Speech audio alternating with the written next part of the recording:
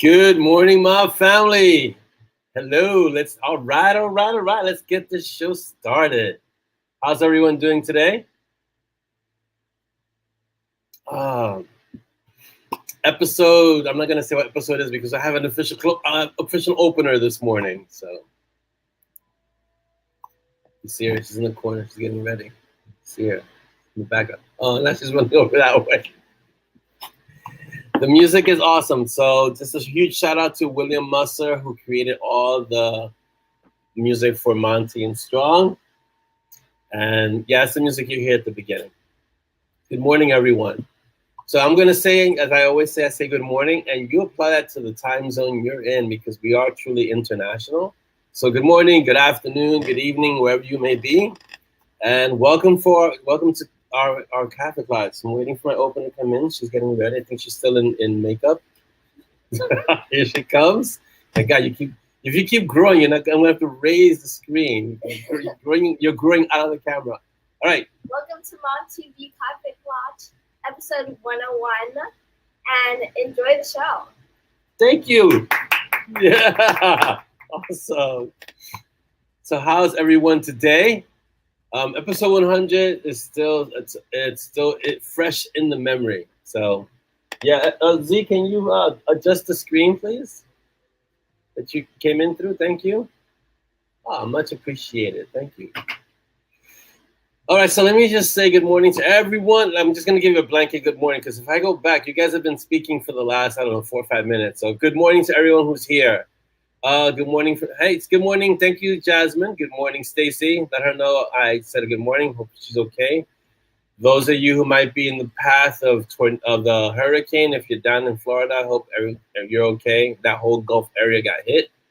Not the Gulf area, but the Bend in Florida got hit pretty badly. So, yeah, she's growing up. I remember when Chris recently put up episode 1, I think, of the Kaffeeklatsch. But if I go back and look at the earlier episode that she kind of cameos and she pops in, you see her little face, and now she's gonna be taller than the screen. So I'm gonna have to raise the camera just to include her. Let's see. So I hope you're all doing well. Wishing you all a happy Labor Day if you're in this country. I don't know what they celebrate in the other countries, but I know in this country we do Labor Day it's Monday, if I'm not mistaken. Monday is our Labor Day. Hello, Enid. Let's see who else is in here. There's a few Facebook users. Go to our StreamYard. Oh, good. Yes. Good morning, Mary Beth. Welcome. Good morning, Leanne. Good morning, Trisha. So I can't see your names because I am not on Facebook. I'm on StreamYard, but on Facebook, your names come up, and Dolly's on Facebook. Who's that? Karina. Good morning. Who else is out there? Good morning, Connie. Yeah, you can't go wrong with coffee, Connie. That's for sure. This is why we call it the Kaffeeklatsch, because coffee is an important thing. Even though, no hate to all the tea drinkers out there. This is Beck. Who's Beck? Beck Young. Oh, Beck. Good morning. Welcome, Joe. Good morning. Thanks for making it. Oh, and Audra. Good morning, Audra. Welcome. Good to have you all here today. It's fantastic. We can hang out, spend the morning together, talk about some coffee, talk about some stuff, talk about books and stories, and just spend some time with each other, which is great. Let's see. We have some new faces in the room. We do. Well, point to them, Chris, so we can say good morning. Where are these new faces? It's always great when we have new people. Are they coming to us via YouTube or on Facebook? It's great. If you're new, if this is your first Kaffeeklatsch, this is episode 101. You're more than welcome. This is a place to hang out with us and just just spend some time together and talk. The conversations do get animated at times, but I'm going to try and keep it calmer today. But if you haven't been to a Kaffeeklatsch and this is your first one, welcome. So I'm going to start the shout out. So I want to shout out everyone on YouTube. Thank you for being here and seeing us on YouTube. YouTube, it keeps growing and growing and growing. We've been at this. How long have we been at this at the Kaffeeklatsch? Do we know? 4 years? How many? 3.5 years. So It hasn't exploded because we're not. That's not what we're trying to do. 4 years. Awesome. Thank you. 4 years. If you see me looking to the side like this, it's because Dolly's right over here. So that's why I'm not. And Dolly's a real person. Can you say hello? Okay, and of course she has a fantastic sense of humor. So, Leanne, thank you for being here. I'm sorry you have to work on the days that we have this, but it's great that the day you're not working, you chose to be here with us. It's fantastic that this lined up. So, hello to everyone on YouTube. We don't really promote it too much on YouTube, but we have a nice following on YouTube, so thank you. And we're at YouTube at Bitten Peaches Publishing. You can find us there and just, hit the like, subscribe, and follow us and share our channel on YouTube with other people, and it'll start growing. We're on Instagram as well. So we're at Ben Peaches. You can find us at Ben Peaches on Instagram. I haven't posted too much on Instagram lately because I've been in the word cave, and I barely get out when I'm in that word cave. So when I'm in there, I'm really focused on staying in there and getting projects done and things like that. But we do have a nice amount of material and content on Instagram. So go follow us on Instagram at Bitten Peaches as well. You'll see excerpts from the stories. And here's the link. Let's see how StreamYard is behaving today. Before it was behaving well. Then once we're in the show, it's like, I don't want to behave. So we'll put the link up. There it is. That's much better than before, though. So here's the link to find us on Instagram. All the links will be in the MoB after the show. So if you can't follow us here, you can follow us in the MoB.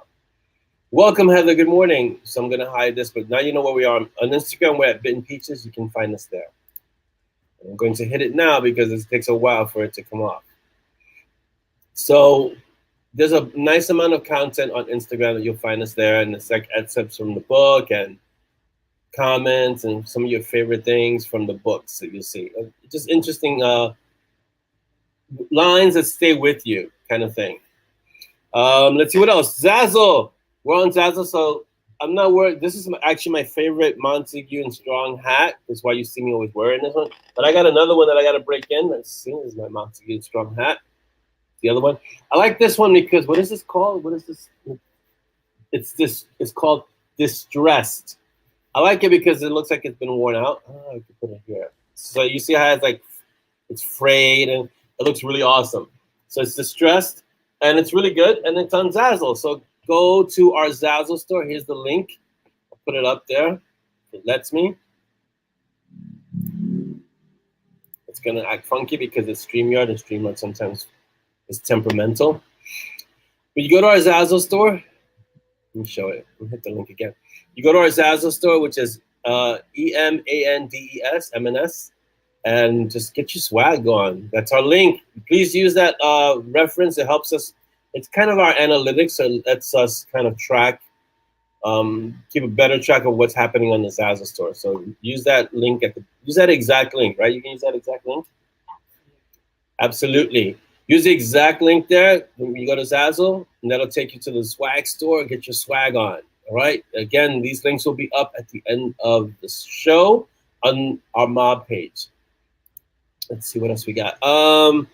So on Patreon, I know in episode 100, our huge major episode, I had said that I was going to put the Patreon names in the backs of the books, and I had forgotten to do that, but I have started doing that. And since then, we have 3 new patrons. We have Mary Duncanson, thank you. Robert Walters, thank you, Robert. And Brenda French, thank you. You guys are awesome. I'm going to put up our Patreon link. So here's the thing with Patreon. I'm writing exclusive stories, and some of the stories are set in the Mountain Strong world. Some are not set in the Mountain Strong world. Some are just kind of ideas that I've been working on, but they're not really a full story. They should be more like a really short story. So I put them in the Patreon. And if you think you want to get those exclusive stories, if you want to get something that's a little different, maybe a little extra, maybe seems like a little bit behind the scenes kind of thing, then you should join our Patreon, because that's where all of that is going to be. So join our Patreon, basically. All right, here's our link. That's the link to join Patreon. Anything new on the Patreon? Because it looks like an amazing page. Yeah, so go to Patreon. Nothing new yet, but it's an amazing looking page. The artwork is incredible. It's a nice page to navigate. So go there, pick a tier, and you get a lot of exclusive stories. Let's move on. The newsletter. So I'm not in charge of the newsletter. Our newsletter department. Anything new on the newsletter front? So we have Robot Dolly speaking today. Is anything new on the newsletter front? Nothing new on the newsletter front, but you guys can expect to get a larger amount of newsletters throughout the year, because she's really working on putting out newsletters and informing all the people in the newsletter are going to be getting more stuff, more content, more information, what's upcoming, and so forth and so on. We will be sending newsletters out once a week with updates, which for you guys who are in the MoB, you already pretty much know stuff before everybody else does. So sort of what he's working on, what he's up to with his books. We will also put out any sales that we have. For example, we had TNB on a sale last week, and when iPad comes out, it's on sale as well. But again, you guys being in the MoB, you already have these goodies before everybody else. Yeah. Awesome. So you guys heard that, I hope. So basically, the MoB usually knows everything before everyone else anyway, but there are a lot of things that are upcoming that will, Dolly will put it on in the MoB first, usually, and then it goes right to the newsletter. So if the person is not in the MoB, because not everyone is in the MoB, just get straight to the newsletter, they'll get the information. And feel free to forward the newsletter to a friend, family member, neighbor, shopkeeper, butcher, anybody that you might know or Just might not know. Go around, share that newsletter with everyone. So please feel free. What else do we have? BookBub. We're on BookBub, so please follow us on BookBub. It's bookbub.com, and just go there, find me or find the books, and you can leave your short reviews, like, hey, I enjoyed this, I didn't enjoy it, whatever the case may be. But it's important to leave your social proof. And on Binge Books, we're getting really active on Binge Books, because Binge Books is growing. And again, bingebooks.com. Find us there. Follow. Leave a short review of what you've read. And there you go. So here's the link for BookBub. I'll click on it. Hopefully it'll go out, because, again, StreamYard's acting kind of... It'll come up. There's BookBub. So that's the profile. You can find me there. And just, and then here's Binge Books.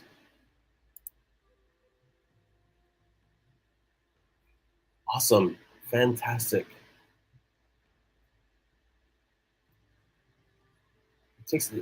It's better than before, but it's still pretty slow. Just going to put that out there. So on Binge Books, same thing. Find me and follow the books, and just kind of leave your comments. If doesn't need to be a long book. Just give you a comment, a sentence, and we'll take it from there. It just helps Binge Books, and it helps us, so forth and so on. So how is everyone doing? Amazing. It's a great day. School starts next week, so I feel for the tribe. I know the summer is officially kind of over. This is really the last weekend. And I remember when I was going to school how this was like the dreaded weekend, because this was the weekend before school. But for as a parent now, it's like, it's the weekend before school. Yeah. So it's a whole different sensation. Although I do like the summer, because we don't do as much driving, right? Because during the school year, we do a lot of driving, because I take the girls to school. We pick them up from school because they're pretty far away, and there's no bus service for them, so we got to pick them up. So that's the only thing. So it structures the day differently, but also they get to kind of, start their day and be in school, and that's a lot of fun too. And so, how's everyone doing? I mean, those of you that aren't in Florida, I hope you're all well. Our country has been going through these weird weather fluctuations, so I hope everyone's okay wherever they may be. Michelle says, "Oh, my kids have been back for 3 weeks." Yeah, ours start September. To start on the 5th, so next week. It already started in Dublin, Virginia. Really? Wow. Yeah, I guess in different parts of the country. I think public schools start earlier. It depends. Charter schools. Oh, charter schools start a week earlier. Public schools start the same time. Okay, so okay. Chris says school started 2 weeks ago. So I guess in different parts of the country starts at different points. So it's different. Idalia didn't reach your area. I'm very glad to hear that, Enid, that you're okay. Idalia was a rough storm. It was supposed to be a Cat 2, and I think it hit landfall as a Cat 3. And this is why I'm sorry. As beautiful as Florida is, we are never living in Florida, ever. Leanne's okay in Philly for the celebration of life. Nice. That's awesome. And Michelle's, we get out the week before Memorial Day. Oh, that's cool. So your school is out early. That's excellent. Well, not excellent for you, but it's excellent for the students. Excellent. All right, so what do you guys think about Iker? Because Iker's finally out. I think we can talk about it without spoiling, right? I hope everyone has read Iker at this point. Heather's recovering from being at the fair yesterday. Lots of walking. Yeah, any kind of fair usually involves a lot of walking. Who's that? The schools around here have been back for a few weeks. Trisha. Oh, okay, Trisha. Thank you for letting me know. And after Labor Day here in Minnesota, right? Okay, great. Tina Rose. Oh, Tina, thank you for letting me know. Yeah, in Minnesota. So again, different parts of the country, it kind of staggers where it is. So I'm glad you enjoyed it. So okay, guys, give me your best part of Iker and your least best part of Iker, because Oh wait! Did everyone read Iker? Everyone here on the mob? Because if you haven't read it, we have to have spoiler alerts. Then we gotta kind of modify how we discuss it. Oh yeah, you have snow days. Excellent. So I'm just made it. Had an outpatient procedure this morning. Oh, Mark, great you're here. Fantastic. Thank you, made it. Everything's okay. Is there anyone who hasn't read Iker? I don't want to discuss the book that someone hasn't read. Leanne and Tina have not. Okay, so we can discuss Iker with the understanding that there are people who have not read Iker. So avoid the spoilers. So we don't discuss the ending, and we won't discuss really, really pertinent things. Let's stay broad. Let's stay broad. I don't want to ruin the book for anyone. Wow, guys, you guys come on. Iker's a short one. Iker, who says Iker's almost as cool as Gray? Yes, I agree, Marybeth. Iker's pretty cool. There wasn't a least part of Iker. Thanks, Tamara. I really appreciate that. It's not Slipping Leanne. It's called life. Things happen. But if it's in your library, just read. I'm not going to spoil it for you.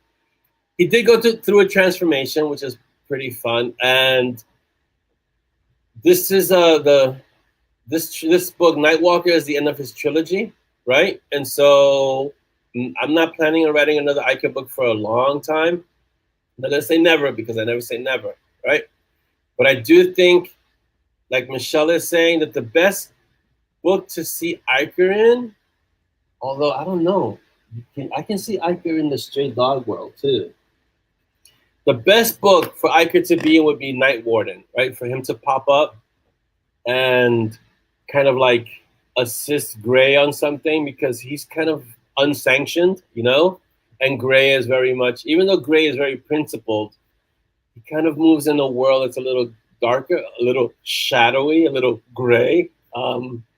So yeah, I could see that. What, Mark? Why are you saying no? That's the last book for now. It's for now. I won't say forever, just for now. You dislike not knowing why he won't change Sabine. I can't. That if that does come up, Jasmine, it won't be for a while, But Iker has his reasons for that. Yes. Yeah, Iker and Gray. I can see Iker and Gray working really well together.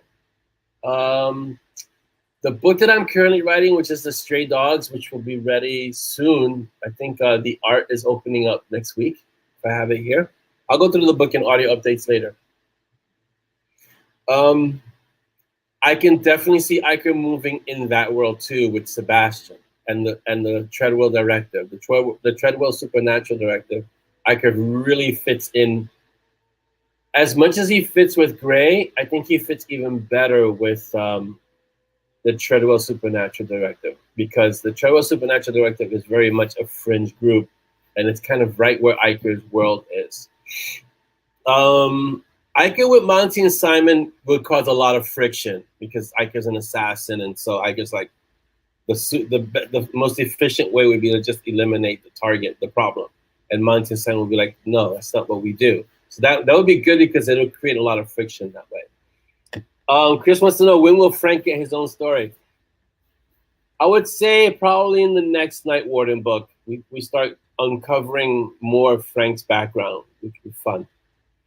Now soon, same thing. It's going to be some time. Yeah, it's going to take some time. Yes.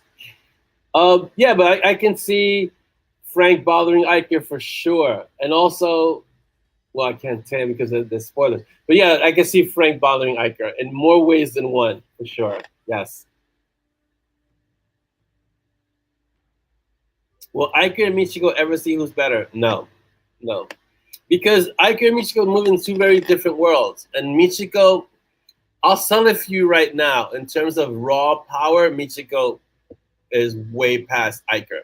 And it's like Byako said, I don't want to get into too much detail, but Byako already told Iker that who he's faced and who she could be are two very different things. Like, you faced the director, you haven't faced the Reaping Wind. So Iker wouldn't be able to stand up against Michiko at full force. She's really, really strong, and she's really, really old, and so she is much stronger than Iker would be.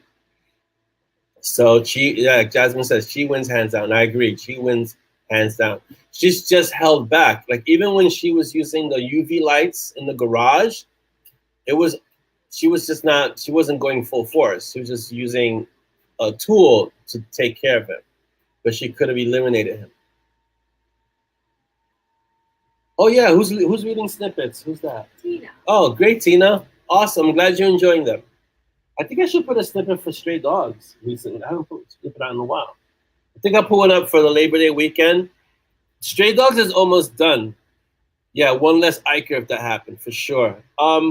Stray Dogs is at 47K, and I think the book is slated for like 50K, 57, 55K. So it's going to be done over the weekend, probably, maybe a little bit after.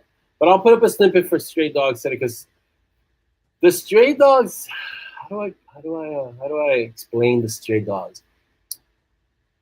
The Stray Dogs are what would happen if Monty was more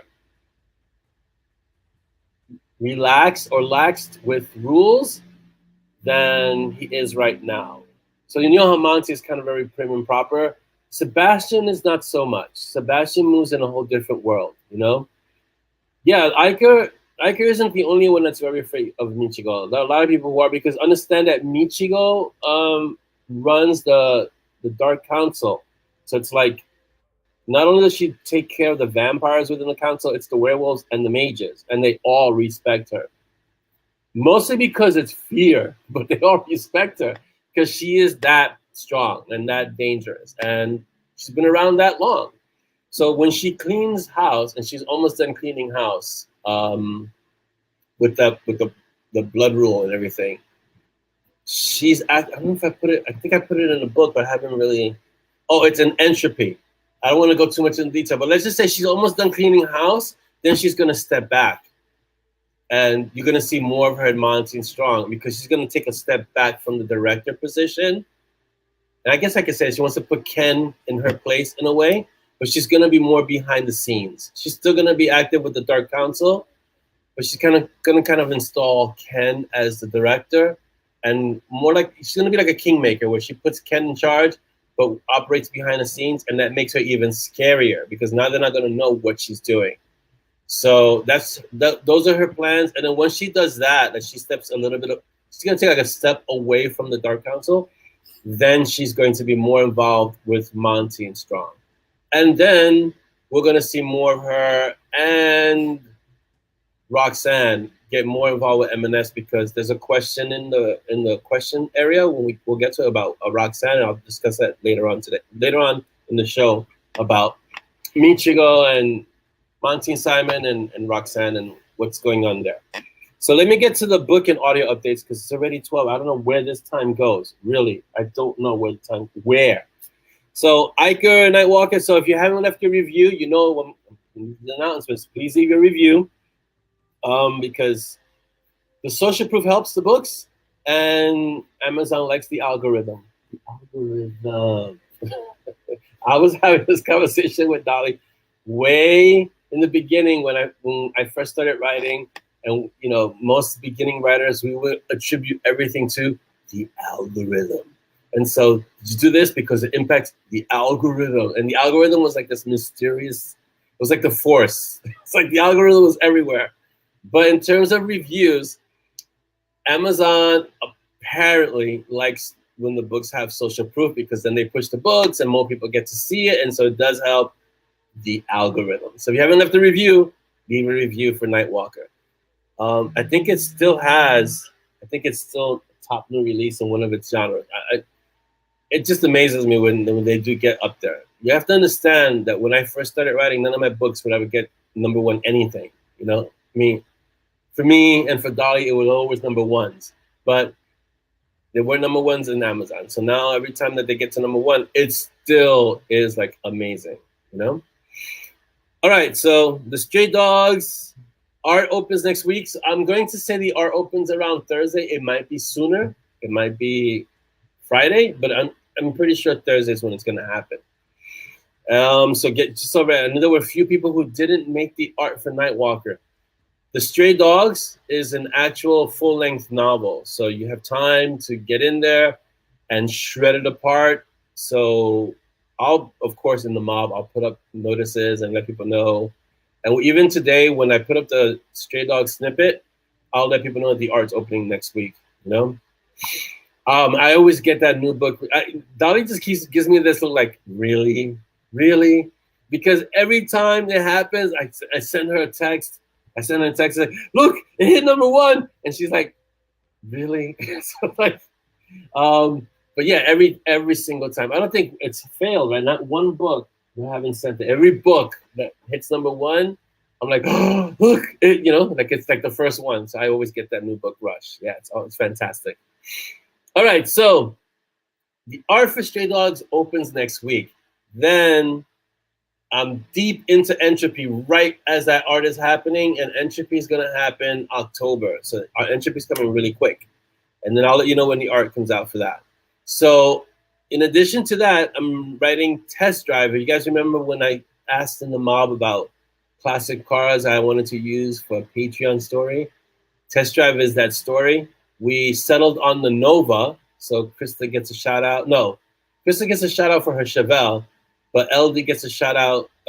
Larry gets a shout out for his Nova. So the Nova is going to be featured in the story. It's a Patreon story, and that'll be in a few days over the weekend. Probably I'll crank that one out, or early next week. You guys will have a new Patreon. The patrons will have a new Patreon story. All right, so let's discuss audiobooks because I should almost let you discuss this because. All right, audiobooks. So the audiobooks, Dolly has been doing some amazing things with the audiobooks, and she's moved them off the exclusive contract with ACX to non-exclusive. But not only has she done that, but she's moved all the audiobooks to our website, which is, if you haven't seen our website, you need to go to our website and check it out. So Revenant, which is book 16. Wow, we really got to catch up to our books, our M&S books. Book 16, Revenant. The audiobook is going to be out October, right? At the end of October. If you see me looking at it, it's because I have it written down. So the end of October, Revenant goes live. It'll be on the website October 1st.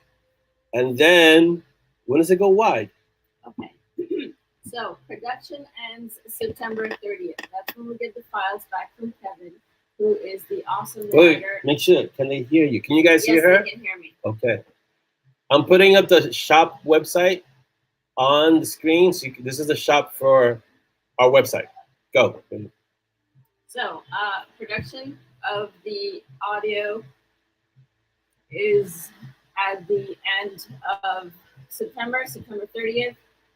Might be a couple of days after until we get all the files, but as soon as we get the files, because Kevin, our narrator, has his own technical manager, so he already quality tests the audio files to make sure they meet the requirements, because there's strict requirements for audio files.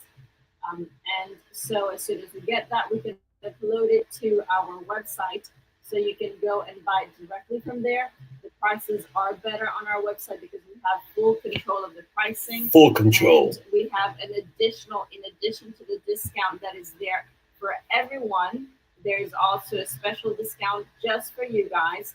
And the promo code is Audio MoB, which I will post again when the audiobook is released. You want to put it here too, Audio MoB? Just sure. Type it in. So there's more. But wait, there's more. We will, yes, there's more. And the audio files will be uploaded to ACX, which is Audible, and to everywhere else, right. Kobo, and where else? A whole bunch of places. Binge Books, Spotify. It's like 45 other retailers. 45 other retailers. Yes. Wow. But they have their own quality testing. Right, so it takes longer. About 4 weeks, so the release would be at the end of October, right. Which is practically a month later from when we get it, from when you can get it. And that's it. That's it.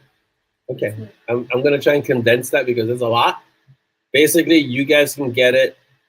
It'll be on the website October 1st. You guys can get it there. Use your special discount coupon. It's Audio MoB. That's just for the Kaffeeklatsch crew, right? And when you buy it, you're going to download it through BookFunnel. So that's how the audio and book downloads are going to work from the website. And it's super easy because all you have to do is get the BookFunnel app and everything downloads automatically into there. The same as if you had ACX. When you have your Audible app, when you have your Binge Book apps, anywhere else, Libby, Hoopla, everything. It just downloads automatically, and their format is really simple, really easy, and they're super, super helpful if you ever need any technical help. Fantastic. So it's been a lot of work to transition from ACX to, and we're still on ACX, but from exclusive on ACX to wide and putting it on the website and everything. So I hope you got that. BookFunnel, you go. I mean, we tested the app, which is awesome. BookFunnel is easy and intuitive, and if you have any issues, they help you out, and it's really smart the way they've designed it. And so you're gonna get the book as soon as it goes live. As soon as we get it, we're gonna put it on the website. You guys can get it because it'll already be quality tested. You get it through BookFunnel. And then I think a month later, you'll have it. It's available on ACX and everywhere else, like 45 different other places. And what's also really cool that we're very happy is that technically our audiobooks are, well, except the first and second of M&S, Two Birds and Butterfly and Full Moon Hound, because we do not have the rights. They're on the contract still, right? Unfortunately, but all the other M&S books and short stories, audiobooks and short stories, are supposed to be available through your library. So Libby and Hoopla, Overdrive are the main 3 library programs, platforms. Yeah. So if you cannot buy it, that is fine. You can always borrow it from the library, which is super awesome. That's awesome. That is awesome. I agree.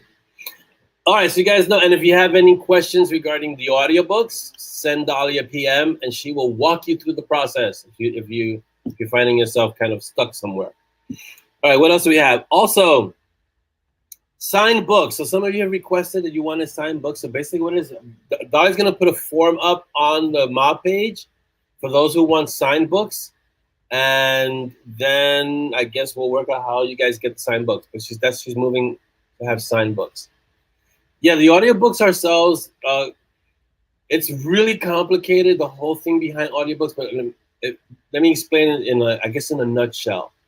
It's really expensive to create an audiobook, and when you just put it on ACX exclusively, you're not getting what you've invested into the audiobook. So it's better to, if you have the possibility and the tools, to find a way to sell your own audiobooks, because it's not a good return on investment to put them up on ACX. Now, I get it. Sometimes you just can't because you don't have the website or you don't have the means to do so. But understand that being exclusive with ACX is it's not the best investment. Yeah. All right. So will iCare be put in an all-in-one like Blood? Yes. The box. Okay. So I just want to go and say, and I think I agree with everyone here, that the cover for Nightwalker was incredible. Is incredible. And so there's a new cover for Nightwalker, and it's only going to be for the box set. So here's what we're going to do. So first of all, the signed books thing, I'm done.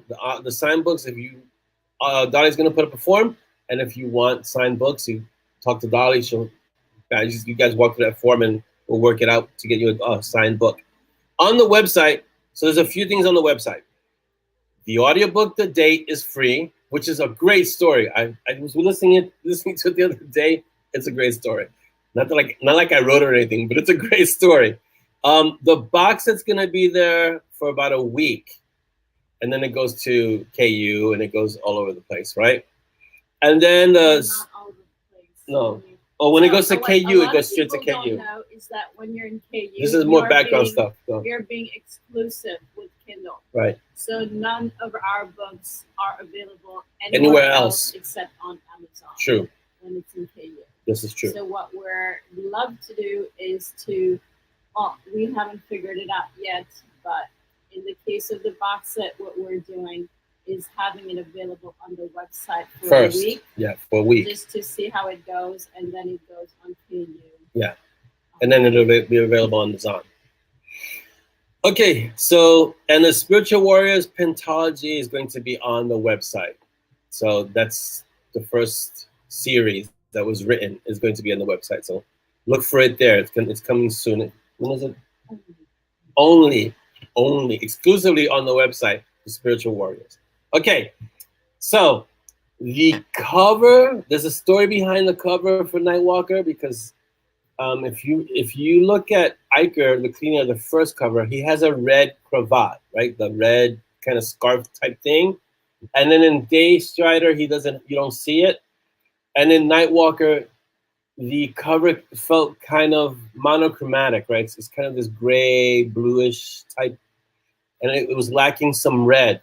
So the box set cover, I asked them, and these are a huge shout out to the Range Doctor Design, because they're some of the best book cover designers ever. The box set has red in it. I won't tell you what red, but when should we give them the exclusive cover? I'm thinking. Let me see. Maybe next week. Let's see. We'll do a little cover reveal for the box set. When the box set is ready, then we put it on the website, then I'll do a reveal. I'll do a reveal for the box set in the MoB, Jasmine. But the cover, I'm just waiting for them to get, I think they have to do the blur, because we're also going to make it in print to answer Mark's question. So the box is actually it's one of the few short story trilogies that's actually also going to be in print. And so we're going to have it in print. We're going to have it in a box set. And the box set's going to be on the website for a week, and then it goes into KU, and the box set is awesome. The cover is ridiculously awesome. Let's see. The Date was hilarious. Who said the date? The Date is hilarious. I'm gonna listen to that story again, because the Date was good. Yeah, I don't know. So Nightwalker, Iker's hat is fashioned. If any of you ever seen Tombstone, it's fashioned after Wyatt Earp's hat. Not Doc Holliday, but Wyatt Earp. If you look at the one that Kurt Russell was wearing, that hat, that would be Iker's hat. And it's a great, when I looked up how much that hat costs, because they do have, you can actually buy the hat, right? It's not cheap. So, but it's a great looking hat. I don't know about a plush of Peaches wearing Iker's hat, but that would be fun. It'd be fun to see Iker's hat on Peaches' head. That'd be cool. All right, so that's, I think, the book and audio of it. Do you have anything else you want to add? say? No? Okay, awesome. Oh, did you want to say anything about the plushies? People talked about buying the plushies.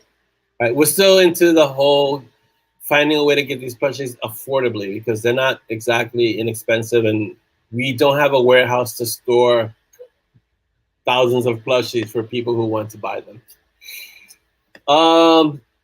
Chris says, and audiobooks are the way to go with my kids' generations. Yeah, 30s. Yeah, they don't want to sit down and read. They want to listen. So that's kind of the best way. Yeah. And good morning, Wendy. Welcome. So was the inspiration for the date come from personal experience, Dolly? Someone's asking you, not me. Since I wrote it, I can tell you it wasn't personal experience with with Dolly. No. Can we get the print of box set for Icon? Yes. I don't know. Can we get the print box set signed? I guess. Yes. Yes, of course, she says. So it can definitely be signed, and it will definitely be a print set. So definitely, for sure. All right, what else have we got? I think that's basically it. Fantastic. Oh, look, it's only 12:15 because we seem to enter a wormhole or something when we get into our Kaffeeklatsch and time just disappears. So since we're here, we might as well get to the questions. Let me get to the questions real quick. So keep an eye on the comments, please. I'm going to the questions, guys. Hold on. I cannot see your comments. So questions for episode 101. And if you are watching this at a later date or at a later time, I thank you and appreciate you for coming and watching our MoB Kaffeeklatsch episode 101. Okay. First of all, thank you for all the questions because it's awesome for the show. It makes the show fantastic, even more fantastic than usual. Anthony Hudson asked, if you were to rewrite M&S as a lit RPG reverse harem series, really, Anthony? Who would end up with whom? Inquiring minds would like to know. I haven't even given that consideration, and so I wouldn't be able to know how to answer that because I would not rewrite M&S as a lit RPG reverse harem series. You need to find a different author that can handle that. So I can't honestly answer your question. Great question, Anthony. I think you're asking the wrong author. Okay. Great question. Chris Mendoza asks, if your kids were all grown, will you stay in Queens or perhaps move to a different house in town? We always have roots in Queens, but once they're all grown, we'll be finding somewhere warmer to be in. Somewhere that's warmer year-round. It doesn't get slammed by storms. But definitely, yeah, we'll be somewhere warmer for sure once they're all grown. Great question, Chris. Thanks. Yeah, Dolly's not a big fan of winter. So, and, the cold climate's not. She's a tropical girl, so she likes warm. All right, Audrey asks, is there one movie that you have seen which is better than the book? I'm gonna say there are a few off the top of my head, but I guess the classic would be The Princess Bride. I did read some of the book, but even reading the book, it just refers me back to the movie. So I'm gonna say the movie is better than the book in The Princess Bride. Okay, Dolly, is there anyone from your youth that you would like to recognize for their guidance? Yes, me, myself, and I. 3 people. I'm kidding. Not really one person per se, just an amalgam of several of my teachers. Which teachers? Like high school teachers, college teachers? High school and private tutors. Okay. There you go, Audrey. So her teachers. All right, Audrey asks again, there's another question. Are there particular actors, entertainers, current or from the past, that you can envision playing Monty and or Tom? Yeah, my go-to position always is Benedict Cumberbatch for Monty. Maybe with a close second, Tom Hiddleston. And for Simon, it's always Ryan Reynolds. I don't think I can see another person playing Ryan Reynolds because of the snark involved. So it's Ryan Reynolds and Benedict Cumberbatch, which would be I think they would have great on-screen chemistry working together. That would be really, really, really good to see. Could we afford them if we made a film? Probably not. But you never know. Like I said, I never say never. Maybe by the time we get the movie made, they're still acting. So that'd be great. All you have to do is give them a copy of the entire series, and they'll do it for free. Oh, see, there's a different strategy.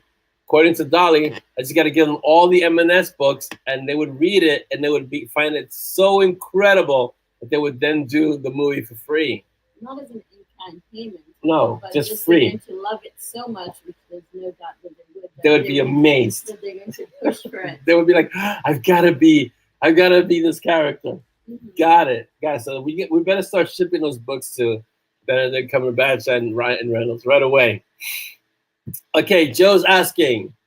Joe Durham is asking, when are we going to learn more about Roxanne, especially who or what is after her from her past that Monty strives so hard to protect her against? Oh, Joe, that's like so many books ahead. Yeah, it's a few books ahead. It goes all the way up to, I want to say, Deadeye, around there, Mages and Monsters.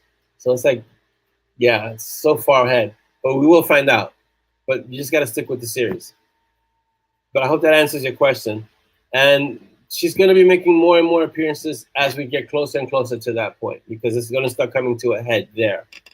And why they're protecting her, why Haven is the way it is, and who's after her, and what for. So yeah, there are stories that start centering on what we consider side characters, but they really have a lot of things happening behind the scenes. Chris Dos asks, if you were not a writer, what job would you most like to do? Wow. I don't know, I've always been something, but you know, I'm a graphic designer, I'm a martial artist. I mean, I have a lot of things that I would like to do, but it's hard not to be a writer because that's just the way my brain is. So if I were not a writer, I'd find some way to be related in a related field. It's interesting because I kind of came to writing from the other way. Instead of writing first, I came from graphic design and other things, and then ended up writing.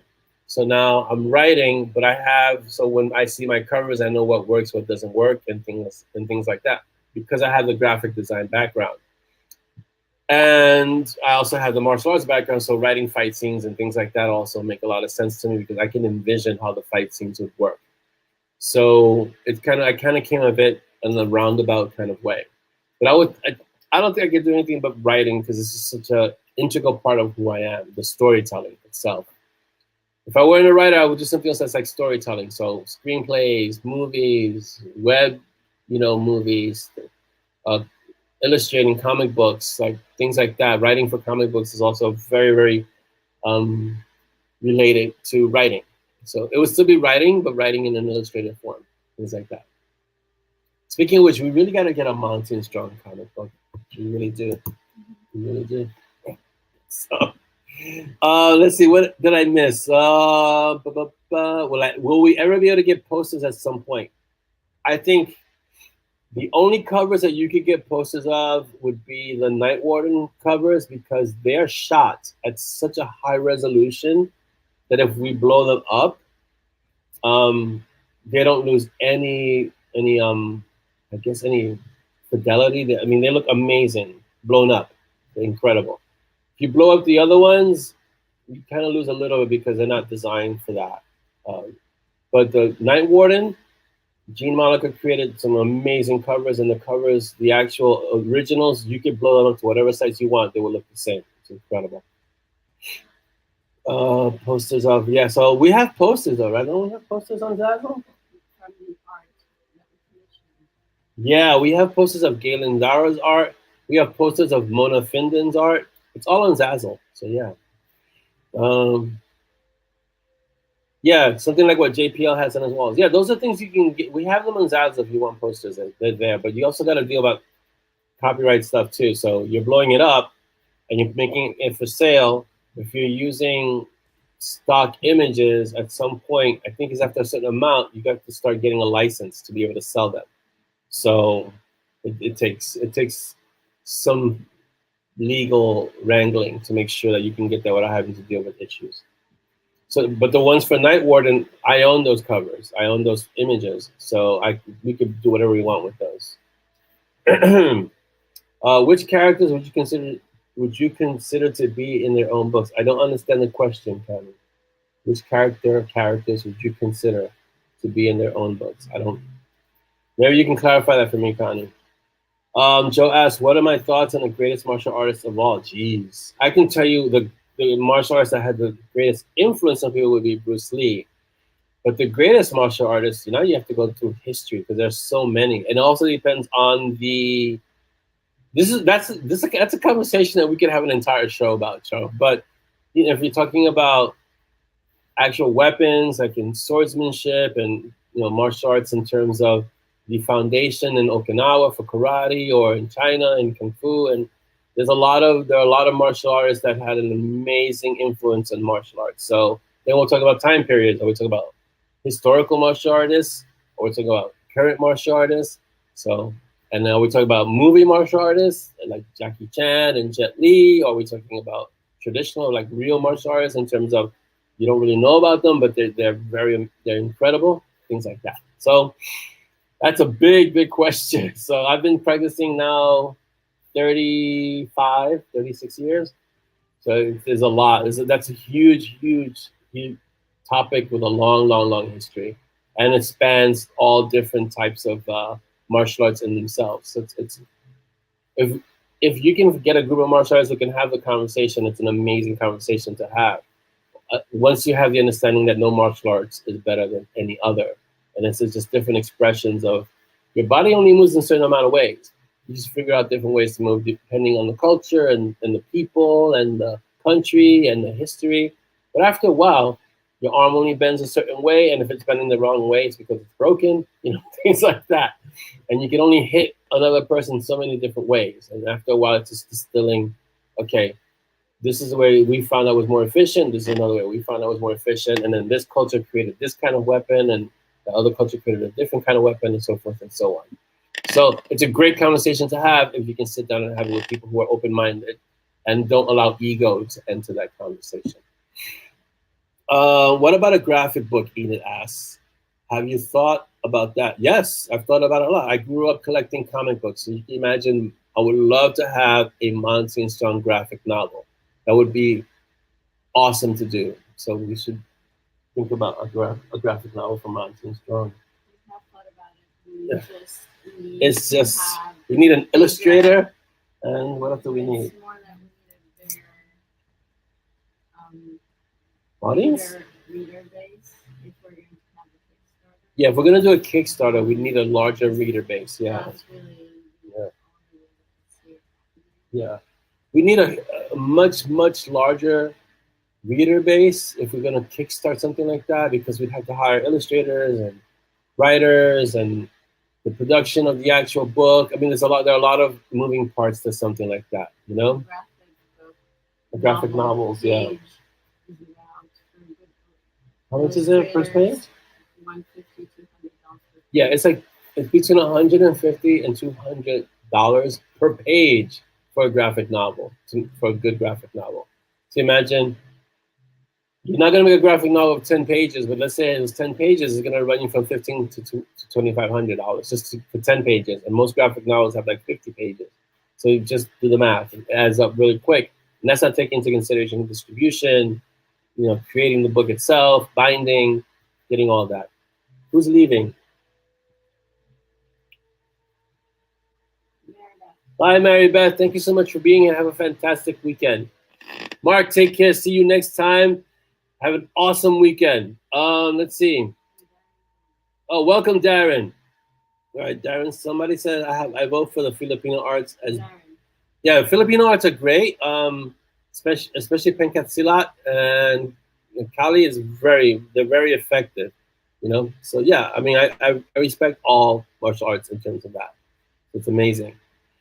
Wow, I can't believe the time has gone by so quick. The show's almost done. So if you have any questions, this is the time to ask. So ask your questions now.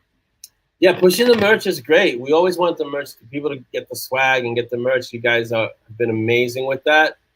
A Spam and Pistol comic strip would be fun. It would have to be a web strip, and I'd have to get JL involved with that, because that's something that we both kind of vowed to never do without the other. And it's just a lot of fun. Spam and Pistol, I forgot the whole premise of it, but I remember that we did the Spam and Pistol. One's an old time detective, and one's a futuristic police officer, and they've kind of been smashed together to work currently.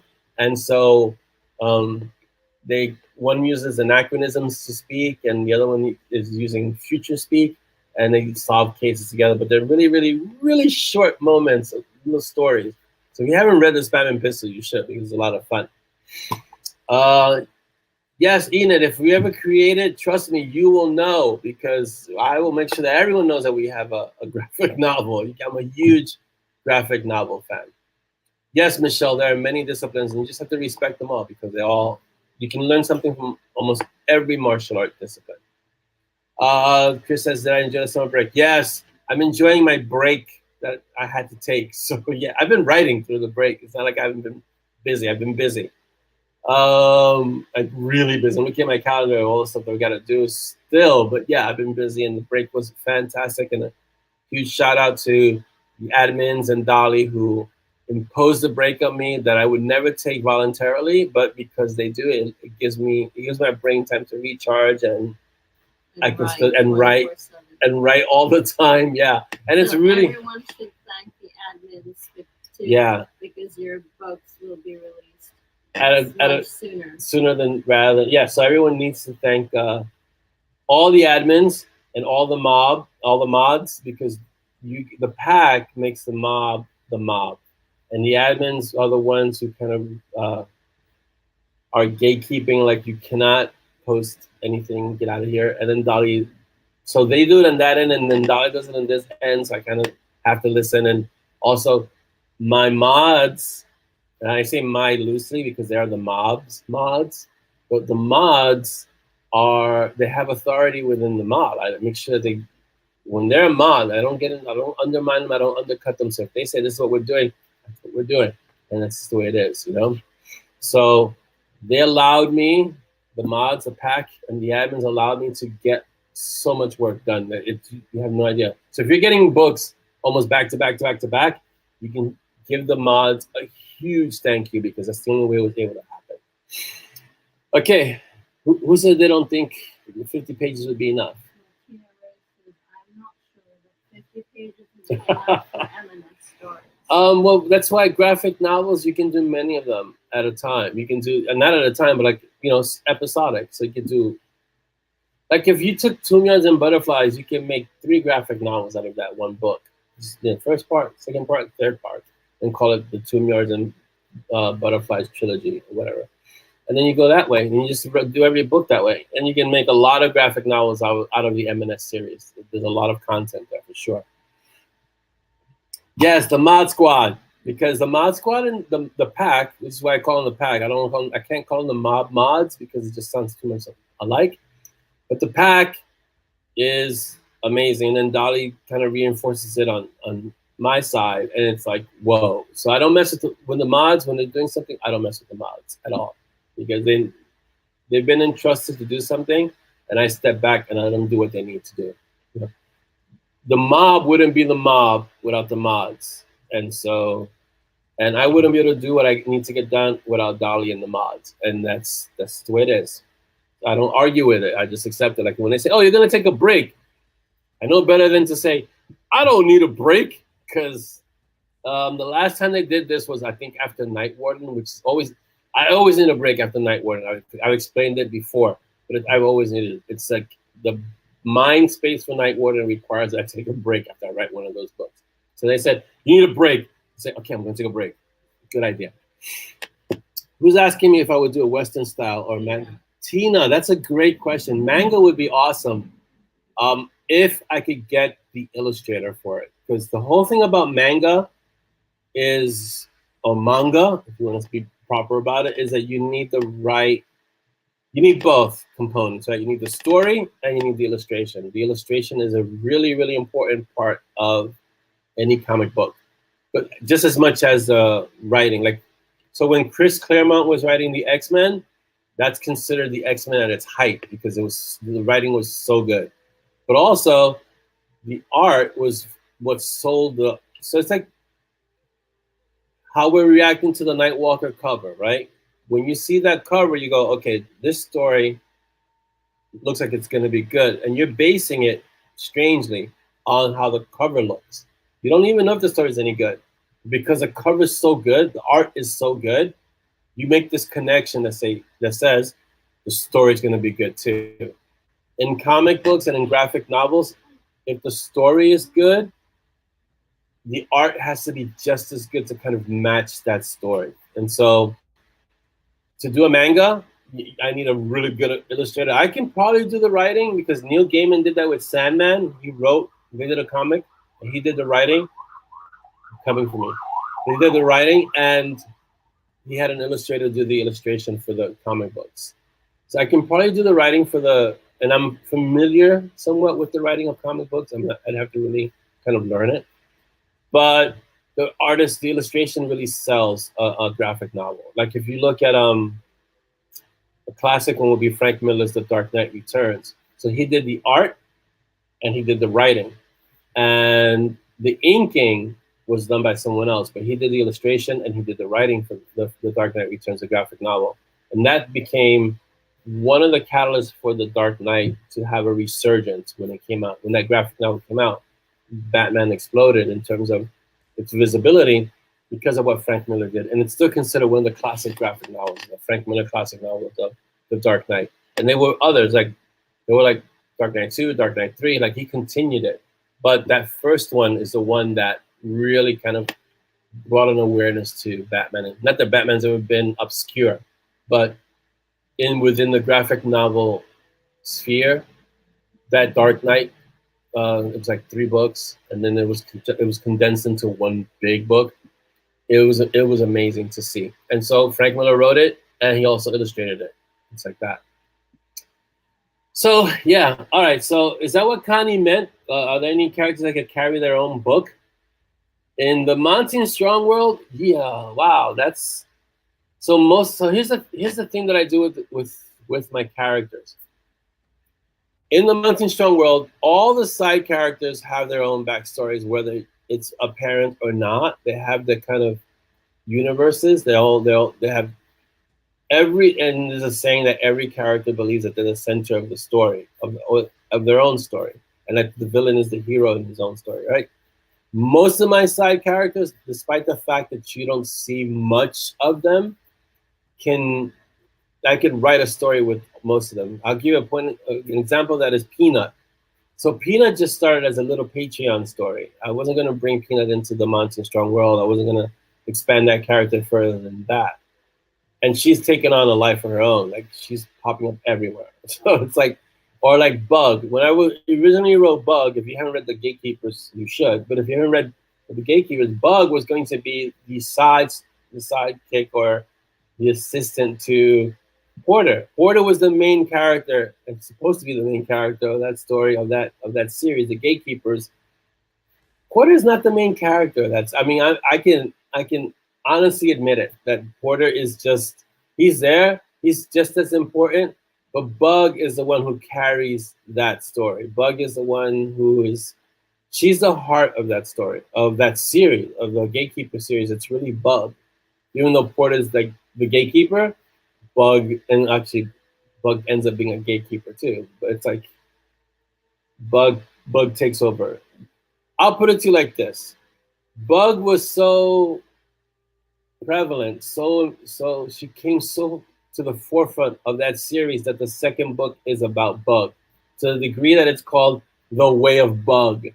That's how much of a character, that's how much she took over the series, that I had to write a book featuring her. And so some characters do that. Most of my side characters each can carry their own story. They can each. Same thing with Byako. Byako actually has a story called The Shadow Dragons, which is somewhere in the production schedule a few years from now. But she has her own story. Byako can have her own story. And it's called Byako and the Shadow Dragons because she's that well developed. And I try to do that with all my side characters. But Bug, as Wendy says, Bug totally stole the show. Yes, Bug totally stole the show. She stole that series. She stole the book. Bug is like Nixia and Acheron. Nixia, see, even with, I don't think Acheron can, even Acheron can have his own story. Even Acheron. Oh, I see. Oh, that's quite an honor. Thank you. Yeah, Sir Terry STP has an amazing ability to write really strong side characters that you end up rooting for the side characters sometimes more than the main character, or you want to see more of the side characters than the main characters. Especially with Terry Pratchett, it was like I always look forward to seeing as much of the side characters as I did the main character. I always wanted to see, like, especially the Vine story. I think the Watch story were my favorite, the Watch stories, because of all the characters that were mixed in. So you would see Angua like shred some people, Carrot would be doing something, and so all his characters, I mean all of them, but especially in the Watch with Vimes and Lady Vimes, and all his characters in the Watch were memorable and worth reading about. You didn't just kind of want to skip to what Vimes was doing. So, or the Patrician, it was always you wanted to see a little bit more of each one.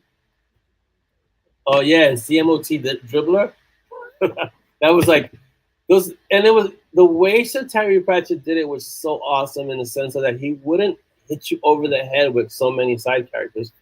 He'd give you little cameos of each one, so he always left you wanting to know more about them, even though they were in the story. Like Dribbler, is it Dribbler or Dibbler? Dribbler. I think it's Dribbler. Cut my own throat, Dribbler. CMOT Dribbler would be like a little bit of. He'd sprinkle him in just enough that you'd be like, "Oh, that was fantastic," and then boom, gone. And then you'd want more of him. Chris is asking from YouTube, do you recommend new writers write in first person or third person? Yikes. I started writing in third person, and it was really hard for me. That's a really hard question. It's not a hard question. It's just a very complicated question. It's involved, which is excellent. Oh, it's Dibbler, not Dribbler. Dribbler makes sense because of what he sells. The food, the things that he disguises as food. When I started writing in third person because that was the accepted method of writing, accepted POV, right? And I found it really hard to write. And so I think this is part of when you're discovering your voice as a writer, as an author, you start to discover which point of view works best for you. And so when I started finding my voice as an author, and I really found my stride with Mounting Strong, I had shifted to full first person. But I had played around with first and third in Sepia story. And that's probably why going back to Sepia after so long was hard, because I had to go back to third person because the previous 3 books were written in third. And I wanted to finish out the books kind of the way I wrote the last 2 books very similar to the first 3 books, but the first 3 books were written in third person, first person. So the Sepia's point of view was always in first person, and the other side characters are written in third person, which is tough when you're a beginning writer because you got to get the points of view correct, and it's work. But once you discover your voice, you start writing with a certain ease in the point of view that defines your writing. Like that's your voice. I would say as a beginning writer, try both. Try first. Try to write the characters in first and third. See what flows easier for you. What you find is easier for you to write the story in. Like if I try to write a story in third person now, it's hard. It's work for me, and I wouldn't do it unless I absolutely had to do it for something. And even then, I would limit it to something short. I wouldn't take on writing a whole novel in third person right now because I would find it work, and I wouldn't want to do that. It's just work. It's not fun for me. Put it that way. All right. It always astounds me how he could define a character in a few pages. So yes, Pratchett is a master of the craft. Bug is great. Nyx is great. Their partners are great too. When are we going to get Acheron's story? Not for a very long time. Nyxia and Acheron, they're pretty much on vacation right now. I want TK and Peanut to meet. That's what popped into my head after her last appearance. That's very possible because they're very much in the same world. So that is more doable than Acheron getting his own story for sure. The Watch books are my favorite. Yes, those are my favorite too. And I like Rincewind and Granny Weatherwax, obviously. But the Watch are my favorite STP stories. I don't know what sounds scary because it was probably back in the conversation. Okay. PNR with Acheron as the MC, never happening. Sorry. That explains it all. I started with CV Blue. Yes, it does. Yeah, I get if you're talking about POV. Yeah, it does. It's a different kind of feel, and it conveys the story in a different way too. If first person to third person, it's different. Could they meet on another plane? I would kind of like this one intact. That's funny, Rebecca. PNR, any a story, any length, background. I don't know what you mean, but PNR is not happening anytime soon. And no. Tamra, thank you so much for being on. Have a good weekend. And guys, we are over time. It's we're supposed to end 5 minutes ago, but this is us, and I enjoy your company so much. So I don't want to ever leave. And I really like the fact that episode 100 was like 2 hours long. That was fantastic. And we had technical difficulties, so it was longer than it needed to be. But we end at 12:40. We started 11:30. We end at 12:40. I try to honor your time because you guys make an effort to be here, and I don't want to keep you here longer than you need to be.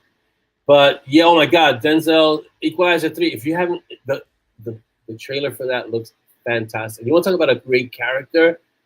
The Denzel character in Equalizer 3 is a fantastic character. Paige says, and this is probably our last post, third person is easier on me as a reader. I think as a writer, it also allows a person to decide on a level of omniscience. Yes. Whether other inner thoughts, attitudes will be included. I find a lot of authors fall into traps with tense writing first person. Just my honest opinion. Yes. First person is hard to get that conveyed, what other people are thinking. You have to use dialogue a lot more because you don't want to head hop, which is what the problems a lot of first person authors fall into. They start hopping perspectives and it just gives readers whiplash. So you got to start using your dialogue more. You have to know how to do info dumps better. It forces you to write it in a different way, whereas third person gets you to be able to get into everybody's head easier. You're very welcome, Chris. I see my closers coming. So you're welcome, Michelle. But you're here this week, and that's what matters. If you guys can't make it a week, I totally understand.